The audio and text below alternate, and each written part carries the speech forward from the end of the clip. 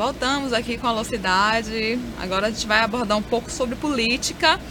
Doutor Rui, eu quero começar falando sobre a declaração do Rui Costa, governador aqui do estado, onde ele diz que ele pode ser a favor, certo, sobre, em relação a universidades públicas, quem tem condições de pagar mensalidades, que para ele não deveria ser nenhum tabu dentro do PT. Então, o que é que você acha dessa declaração dele? Olha, eu acho que a declaração, do ponto de vista pessoal e no meu entendimento também, eu sou dessa linha. Eu acho que as universidades públicas, o modelo atual, ela favorece aqueles que têm melhor chance de ter um cursozinho para ingressar, que é exatamente classe média alta e a burguesia, né? Não atende o cidadão comum. Então, como essas pessoas têm melhor condição deveria pagar. Agora, a questão que você coloca é a questão de Rui Costa, em sendo governador eleito pelo PT, um militante antigo do partido, sindicalista, defender uma bandeira contrária ao seu estatuto, certo? Mas eu acho que isso revela uma maturidade dele, né, enquanto governador, porque uma coisa é você ser militante político, né? Outra coisa é você ser o governador de todos, a responsabilidade. Então, mas eu acho que isso é um avanço de Rui, sob o ponto de vista de pensar a educação e na forma da distribuição equinânime dos recursos. Agora, acho que ele vai ter dificuldade no PT e provavelmente, né, a manter essa postura que ele está tendo, muito dificilmente o Rui se ficará no PT. Não, eu até sou avaliando por esse lado, certo, até como forma da gente enxugar as contas. Eu acho que é uma possibilidade que também deve ser realmente avaliada, que é quem tem realmente condições, certo, pagar pela universidade pública. Apesar que o conceito de universidade pública, na verdade, as pessoas já pagam através dos impostos. Só que quando a gente avalia por questão de você pegar uma pessoa que tem condições, que estudou a vida toda em escola particular, que teve sempre um bom ensino, uma pessoa que não precisava trabalhar para poder se sustentar, quer dizer, poderia estudar de manhã, de tarde, de noite, o tempo todo, e aí está colocando ali de igual para disputar uma vaga com uma pessoa que não teve essa mesma estrutura de vida, né? Teve que a vida toda trabalhar para se sustentar, às vezes trabalhava de manhã, de tarde, para poder estudar de noite, quer dizer, fica bastante desigual. E aí chega a competição, né? Fica injusta, falando de forma realmente clara. Perfeito. E talvez fosse até uma forma da gente tentar, por favor, você me corrija se eu estiver errado, enxugar as contas e, quem sabe, tirar um pouco desse peso que é nessa necessidade de uma reforma de previdência. Só como uma forma de como poderia ser direcionado esse recurso, certo? Você acha que seria uma alternativa? Olha, eu acho que é o modelo que você tem de universidade no Brasil, né? Houve essa ideia de que a universidade tem que ser pública, né? Essa é uma visão. Nos Estados Unidos, as universidades são privadas, tá certo? E nem todo mundo que faz o segundo grau vai para a universidade. A universidade lhe convida e você tem que apresentar um currículo para ser aceito. São outras variáveis. A questão que se coloca hoje, essa dificuldade está se colocando, esse questionamento está se colocando com relação à educação e às universidades especificamente, é que, no meu modo de ver, a universidade no Brasil hoje, as universidades, não estão cumprindo o seu papel, né? Por exemplo, você tem uma universidade pública, né? Aqui, o nosso modelo, a UESC, tem 300 doutores, 350 mestres, né? Quer dizer, é um cabedal de conhecimento fantástico, custeados com recurso público, mas que não devolve à universidade, não devolve em forma de projeto, de ideia, de desenvolvimento, de inovação, de tecnologia, aonde ela interage. Então, passa a universidade, em vez de fazer isso, a ser uma mera reprodutora de diplomas, né, de pessoas, quer dizer, chamados os analfabetos funcionais. Da pessoa, às vezes, né, tem um diploma, não consegue trabalhar naquela área, não há demanda para aquela área. Então, é um conjunto de coisas que eu acho que a universidade hoje está sendo muito questionada. Por conta disso, em face da crise econômica, em face da dificuldade do recurso público, você tem hoje as universidades questionadas porque está se falando que está se jogando dinheiro pelo ralo. E por incrível que pareça, olha que como é engraçado as coisas. Jair Bolsonaro, o presidente, ele se posicionou contra essa alegação do governador Rui. Segundo ele, se a partir do momento que as universidades públicas começarem a cobrar mensalidades das pessoas, naturalmente os pais vão optar por colocá-las em universidades fora do país. Então, mas aí é um detalhe. O que o Rui está colocando não é, por exemplo, a cobrar mensalidade da graduação, certo? Mas sim da pós-graduação. Deveria se cobrar aqueles que iriam fazer o doutorado, o mestrado, mas na graduação básica, a tese dele é exatamente com relação ao pós-graduação, que a cobrança se dê aí. E aí que vem a ideia do presidente. O presidente acha que, você vê que se isso fosse adotado, a elite, né, que pode pagar, sim, por isso, não bancaria nas universidades brasileiras. E optaria para fazer universidades estrangeiras. E esse talento não ficaria no Brasil. Você concorda com isso, sim ou não? Eu acho que não. Eu acho que, na verdade, né, quem pode fazer um mestrado, um doutorado, né? E você poderia também criar uma cota, como tem hoje, para graduação, você criaria para os cursos de pós-graduação. Aqueles que tivessem menos recursos se habilitaria, né, entraria dentro dessa cota. É uma coisa que poderia ser pensada.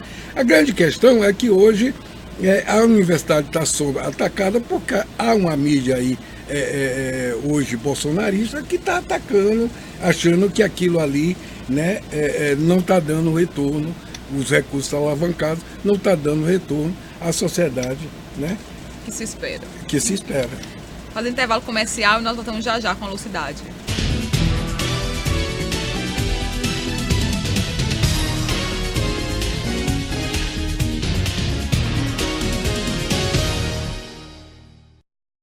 Voltando aqui com a Lucidade, e agora eu quero falar sobre nosso presidente Jair Bolsonaro, mais precisamente sobre Janaína Pascoal, ela que se posicionou completamente contra essa manifestação pró-Bolsonaro que está sendo organizada para esse final de semana. Então, Rui, você é contra ou a favor dessa manifestação? E, quer dizer, a Janaína, ela vem de uma fase de conflito muito grande com o PSL. Tanto é que a gente viu as informações que ela saiu do grupo, realmente, houve boatos que ela sairia do partido, que ela acabou desmentindo, falou que sairia somente do grupo do WhatsApp específico, mas enfim, a Janaína realmente ela está bem incomodada com a forma com que o governo vem se manifestando e como a base do partido também vem se posicionando. Então, você é a favor ou contra, você apoia essa opinião da Janaína? Não é só Janaína não, né? Sim. Lobão, vários seguidores, pessoas, não digo nem, alguns até que não são seguidores, mas votaram em Bolsonaro. Então, depois desses 4 meses de governo, começa a mudar o posicionamento, porque o presidente, efetivamente, ele, né, não sai do Twitter e não governa, não está governando. Agora, a questão da Janaína, eu acho que ela está super certo, porque eu nunca vi falar que governo promova manifestação. Exato. Então, o presidente está chamando, uma hora ele diz que não, mas outra hora ele divulga no Twitter, nos seguidores dele pedindo apoio, os deputados da base do PSL estão pedindo, que eu nunca vi uma coisa meio maluca essa política do governo, né? À medida, eu acho que isso aí, inclusive, é uma questão de uma fronteira, né, que ninguém sabe aonde vai chegar, por conta de que esse tipo de manifestação né, contra o STF, contra o ministro, a favor disso. Quer dizer, eu acho que quando você faz um chamamento desse contra as instituições, você não está ajudando. Pelo contrário, você está atrapalhando e está transferindo a nossa democracia, que é dividida em poderes, transferindo para as ruas, né? Então, eu acho que a rua tem direito de manifestar, reclamar. Claro, concordo. Né?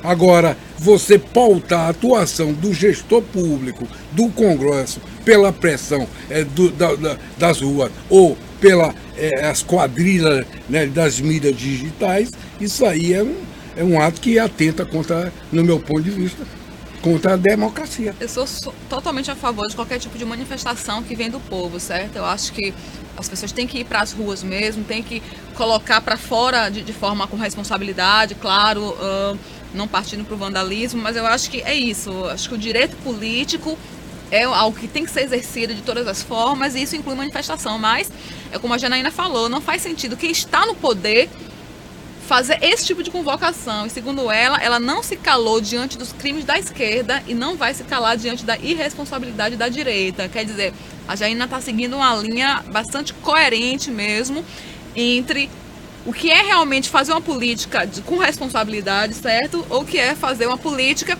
de forma irresponsável, visando somente questões ideológicas. Então, acho que ela está partindo de um princípio claro de que o importante não é exatamente a sua via ideológica, mas o que é melhor para o Brasil em termos de gestão. Então, acho que é por conta disso que ela está realmente dentro desse conflito no partido, com o presidente. Enfim, a Janaína tem sido bastante criticada. E quem vem sendo criticado também é o Kim, do MBL. Também, ele vem sendo chamado de comunista, inclusive. Ele colocou isso nas redes sociais dele. Que ele vem sendo acusado, né, de ser comunista, porque ele se posicionou contra o Bolsonaro. Inclusive, o MBL criticou muito o Bolsonaro, chamando de mongol, e que a militância do Bolsonaro que acompanha ele, quase comparando que bandidos. Então, a direita realmente subiu tarde no Twitter, falando que o MBL era traidor da pátria, enfim. O MBL sempre foi bem conflitante com relação ao Bolsonaro, né? Sempre ficou naquela de vai, não vai, aproveita a onda que tá crescendo, pula dentro.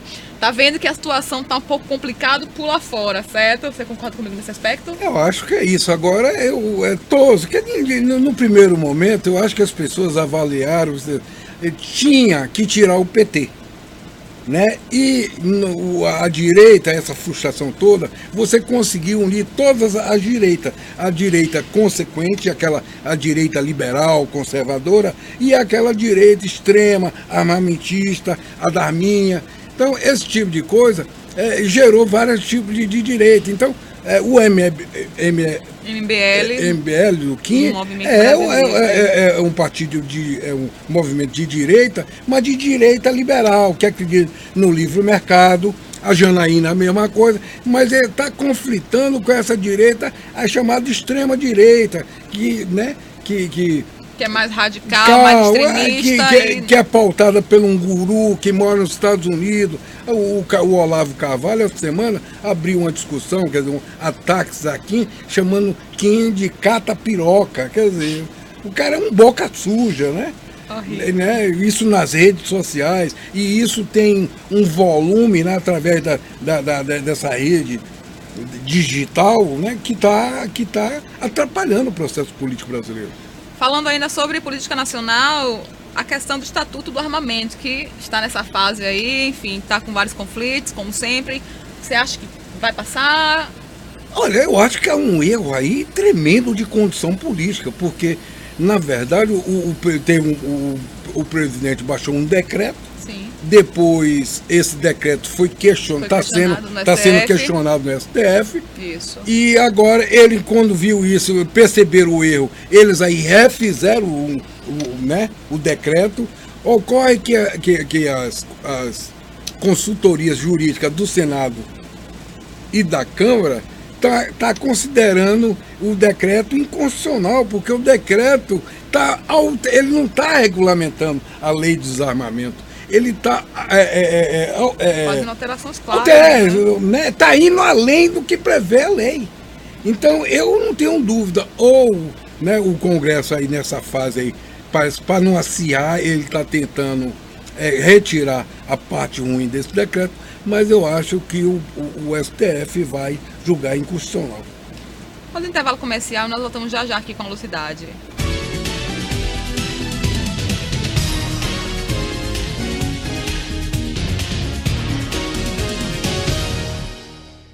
Voltamos aqui com a Lucidade e agora para a gente falar um pouquinho sobre Itabuna. Essa semana, o prefeito Fernando Gomes, ele deu uma entrevista onde ele fala que ele está se aposentando da política, certo? Que ele já deu a contribuição dele para a cidade e que ele não tem interesse em dar continuidade à sua vida política, não somente se candidatando, mas inclusive de forma partidária também, que ele não tem mais esse interesse. Pelo histórico, Rui, do prefeito Fernando Gomes, você acha que é possível realmente que ele leve adiante essa ideia de não continuar?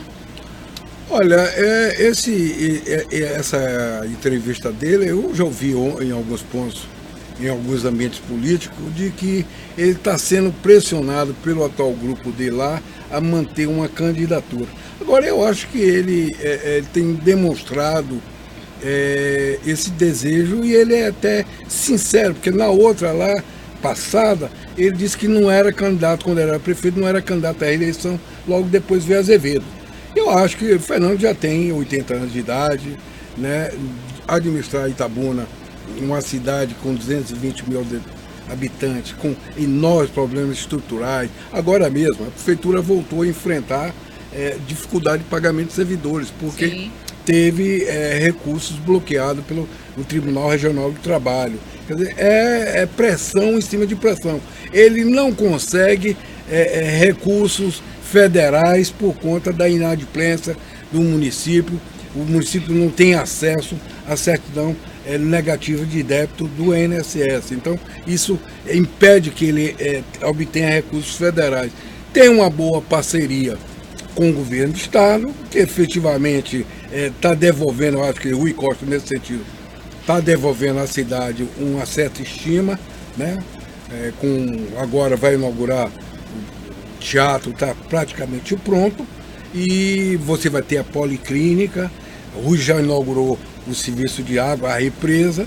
Então, de modo que essa parceria trouxe para ele, para Rui e para Fernando, ganhos, mas que ele não consegue no governo federal e vive essa crise. Então, nesse sentido, eu acho que ele não tem mais esse pique para tocar a cidade e fazer as coisas que ele já tinha feito lá nos seus 5 mandatos anteriores. Uma outra situação que está acontecendo aqui na cidade, existe, né, um bloco político que está se desenhando, onde faz parte o Dr. Eric Júnior, tem o Roberto José, e num determinado momento eles fizeram um pequeno café, um encontro político, e nele participou também o Geraldo Simões, certo? Só que o que acontece? Foi um momento esporádico, um momento isolado, só que o grupo de Mangabeira agora está tentando criar uma imagem como se o Geraldo Simões fosse o grande líder que estivesse coordenando esse grupo. Acho que tudo com o intuito realmente de tirar a credibilidade mesmo desse grupo que está se formando, do Dr. Eric, enfim. Então, você acha que o Mangabeira está realmente utilizando dessa estratégia? Porque não é ele diretamente. A gente sabe que tem um jornalista que escreve, um blogueiro, né? E que está colocando nas redes sociais, em alguns blocos, tentando levantar essa afirmativa. Ora, na verdade, o grupo que se reuniu porque todos compõem a base de apoio ao governador. Sim, certo. Não é isso? Agora, é natural que Geraldo foi prefeito 2 vezes da cidade, Sim. Deputado federal, né? Tem dificuldades? Tem, né? Mas compõe, né? Não sei se provavelmente ele será o candidato do PT, né? Agora, a questão de Mangabeira, eu acho que é uma alternativa de alavancar, de manter Mangabeira, da sua assessoria, manter o foco, certo? Continuar com o nome dele em evidência. Agora, uma pesquisa recente aí que eu tive acesso diz que ele está extorsionado. Eu sempre disse isso, que ele ia bater um teto. E ele já bateu esse teto. Bateu como candidato a prefeito. E não cresce mais. Bateu como deputado, candidato a deputado. E agora as pesquisas estão mostrando que ele não consegue avançar além dos 20%. 20% significa exatamente esse eleitorado que ele tem hoje. Sobre esse grupo, eu conversei com o Rick Mascarenhas, ele que é jornalista, e ele me garantiu, ele está sempre presente nesses encontros também, ele falou que não, que inclusive foi confirmado pelo próprio Dr. Eric, que não existe essa possibilidade de Geraldo Simões ser coordenador, ser líder de grupo nenhum, certo? Eu acho que a ideia mas a ideia de Geraldo ali é ele também se credenciar ao apoio, ele não está se impondo, a minha visão é essa. Agora, é evidente que os outros também, né, o candidato de Rica é Zé Roberto. Se não sei se é candidato, mas trabalharam juntos, trabalharam na mesma assessoria. Agora, o Eric e tal, todos estão naquele ambiente, porque é um ambiente de apoio ao governador, e todos vão tentar se cacifar para ter o apoio do outro.